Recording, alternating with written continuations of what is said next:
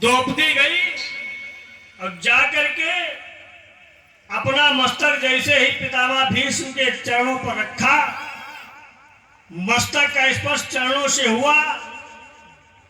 पितामह भीष्म ने एक आंख हल्की सी खोली और देखा तो पितामह भीष्म को लगा कि कोई सधवा स्त्री खड़ी हुई है। तो उनको ध्यान आया कि हमने तो भानुमति को, दुर्योधन की पत्नी को बुलाया था, इसलिए पूर्ण आंखों को नहीं खोला, आंखों को बंद किए आशीर्वाद दे दिया। तो क्या आशीर्वाद दिया? सौभाग्यवती भव जा बेटी, सिंदूर से मांग न खाली हो।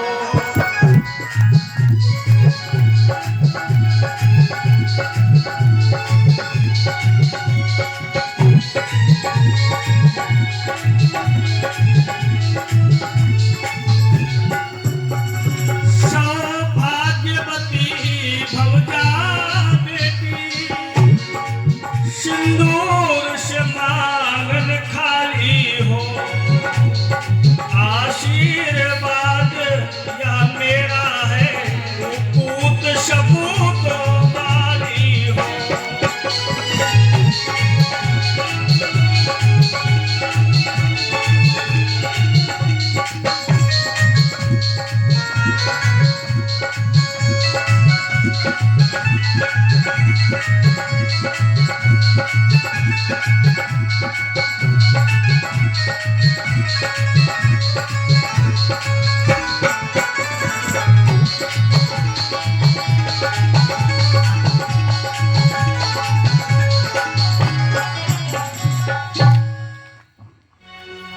पितामह भीष्म ने जैसे कहा कि सौभाग्यवती हो, द्रौपदी ने कहा बाबा जी, पितामह को कहा पितामह, कहा कि आप ये बताइए कि आप अपना आशीर्वाद सत्य करेंगे या प्रण सत्य करेंगे।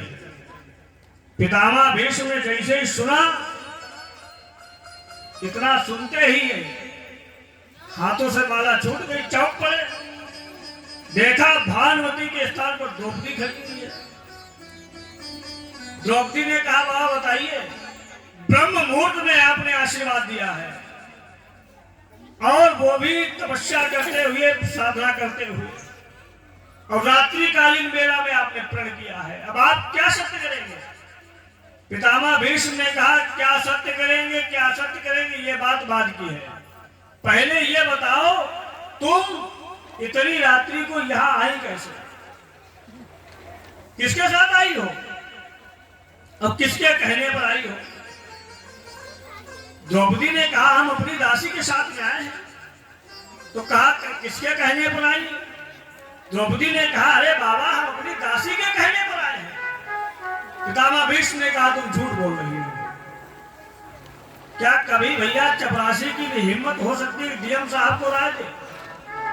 एक आईएएस अधिकारी 4th क्लास एम्प्लॉय से कोई काम करने के लिए राय पूछेगा? पितामह भीष्म ने कहा एक दासी और महारानी को सलाह दे, ऐसा नहीं हो सकता है। द्रौपदी ने फिर कहा बताओ बाबा क्या सत्य करेंगे? पितामह भीष्म ने कहा यह बात की है, पहले मैं तुम्हारी दासी से जरूर मिलना चाहता हूं, मैं भी तुम्हारी दासी को देखना चाहता हूं। अरे द्रौपदी ने कहा बाबा उसको देख करके क्या करोगे, वो तो दासी है। पितामह भीष्म ने कहा नहीं तभी तो देखेंगे। अब भगवान खड़े थे गेट पर, दरवाजे पर सिमट के, तुरंत ही घूंघट पीताम्बर डाले थे, घूंघट निकाला और दासी बनकर के खड़े हो गए। बाबा आए, पितामह भीष्म आए तो क्या हुआ? ड्योढ़ी पर चलकर जब देखा, ड्योढ़ी का दृश्य निराला है, पीताम्बर का घूंघट डाले वो खड़ा मुरलिया वाला।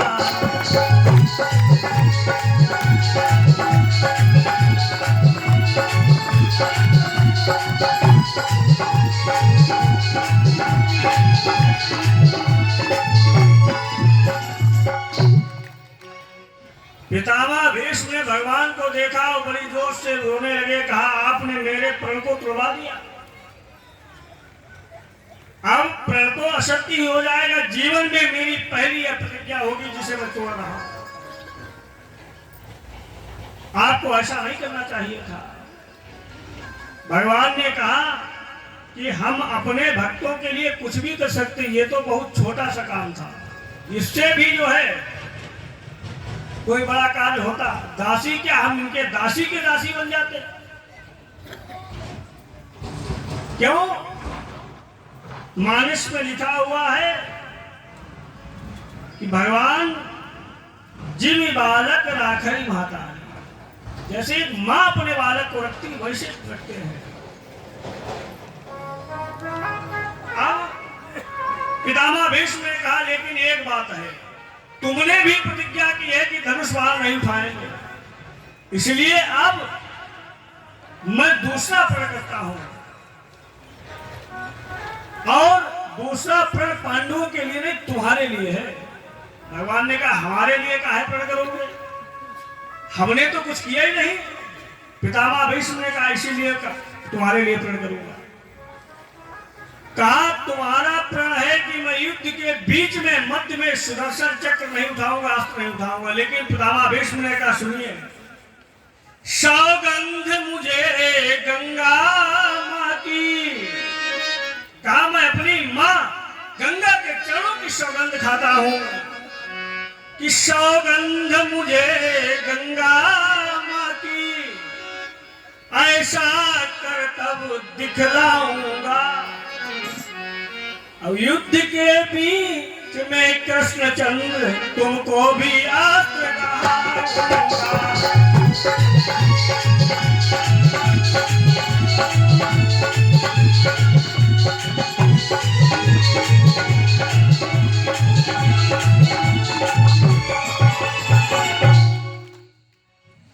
पितामह भीष्म ने वही किया। सुबह प्रातः काल जब युद्ध प्रारंभ हुआ, पितामह भीष्म ने अपने बाणों की वर्षा से इतनी ज्यादा वर्षा की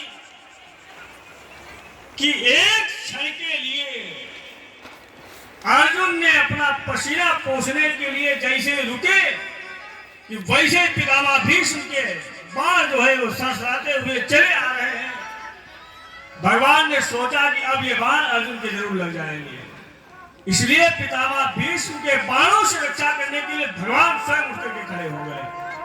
और जब भगवान उठ करके खड़े हुए तो पितामह भीष्म के द्वारा छोड़े हुए बाण सब ससुरा करके भगवान के आकर के लग गए।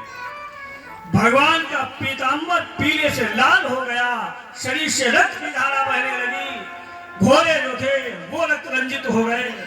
भगवान को इतना क्रोध आया कि रथ से कूद पड़े, उठाया एक रथ का पहिया और सुदर्शन चक्र की बात लेकर के पितामह भीष्म की तरफ दौड़ पड़े। और जैसे दौड़े वैसे पितामह भीष्म ने धनुष बाण रख दिया, हाथ जोड़ के खड़े हो गए। कहा, प्रभु मेरा प्रण पूर्ण हो गया, तुमने मेरा प्रण तोड़ा था, आज मैंने तुम्हारा तोड़ दिया। तुमने अस्त्र युद्ध के बीच में उठा लिया है। आज पितामह भीष्म कह रहे हैं कि जो तुम सुदर्शन चक्र के स्थान पर रथ के पहिए को लेकर के दौड़े थे, आज मैं वही तुम्हारा रूप देखना चाहता हूं कि पीत पट फहराते हुए कुरुक्षेत्र में धाये थे आप, लेकर के सुदर्शन मारने को आए थे। और कहा आपका क्या? भीष्म ने कहा, प्रभु छाया चाहिए न हमें धूप चाहिए, श्याम और न कोई त्रिभुवन का लोभ चाहिए। चक्र लेके भारत में दौड़ा था जो मारने के लिए, वही अनुपम रूप मुझे चाहिए प्रभु। का वही दृश्य केवल एक बार दिखा दीजिए, केवल मैं उसी दृश्य का की छवि का दर्शन करना चाहता हूं। पितामह भीष्म के ऊपर भगवान ने कृपा करुणा की। पितामह भीष्म ने युधिष्ठिर को राज धर्म, दान धर्म की शिक्षा प्रदान की। पितामह भीष्म का महाप्राण हुआ। भगवान द्वारिका को चले गए और इधर देवी उत्तरा के गर्भ में जो बालक पल रहा था वन्यपुत्र परीक्षित जी, जो भागवत महापुराण के प्रधान श्रोता हैं, उनका जन्म हो गया। जन्म हुआ तो जन्म से उनका नाम रखा गया विष्णुराज। भागवत के श्रोता का नाम है विष्णुराज और वक्ता का नाम है ब्रह्मराज, सुखदेव जी का नाम। लेकिन गर्भम रक्षित यासा परीक्षिता, इसीलिए इनका नाम परीक्षित पड़ गया। गर्भम रक्षित यासा परीक्षिता। धीरे धीरे परीक्षित जी बड़े हो रहे हैं और इधर बहुत दिन हो गए अर्जुन भगवान को छोड़ने के लिए द्वारिका आए थे। जब बहुत दिन हो गए अर्जुन वापस नहीं गए तो युधिष्ठिर जी विचार करने लगे कि अर्जुन क्यों नहीं लौट करके। इतने में अर्जुन आए, अर्जुन को पाए हैं, लेकिन अर्जुन बहुत ही दुखी है, व्यथित है। युधिष्ठिर जी ने देखा, कहा अर्जुन तुम इतना दुखी व्यथित क्यों हो? क्या तुमने कहीं ऐसा तो नहीं कि बच्चों से पहले ही भोजन कर लिया हो? देखिए भोजन की ये नियम है कि कभी भी घर में बच्चों से पहले नहीं करना चाहिए और अपने से बड़े बुजुर्ग अगर हैं तो उनसे पहले भी नहीं करना चाहिए। अपने से श्रेष्ठ को भोजन करा करके ही भोजन व्यक्ति को करना चाहिए। तो ये नहीं कि श्रेष्ठ बात पर लेटे हुए हैं और तब तक हम खा पी करके आराम से निकल रहे हैं। और श्रेष्ठ व्यक्ति इंतजार कर रहे हैं कि अब आएंगे, चाय के लिए बुलाया जाएगा, फिर अब जो है नाश्ते का टाइम हो गया है, वहां लंच भी हो गया, नाश्ता तो अलग बात। बोले वृंदावन बिहारी लाल की जय।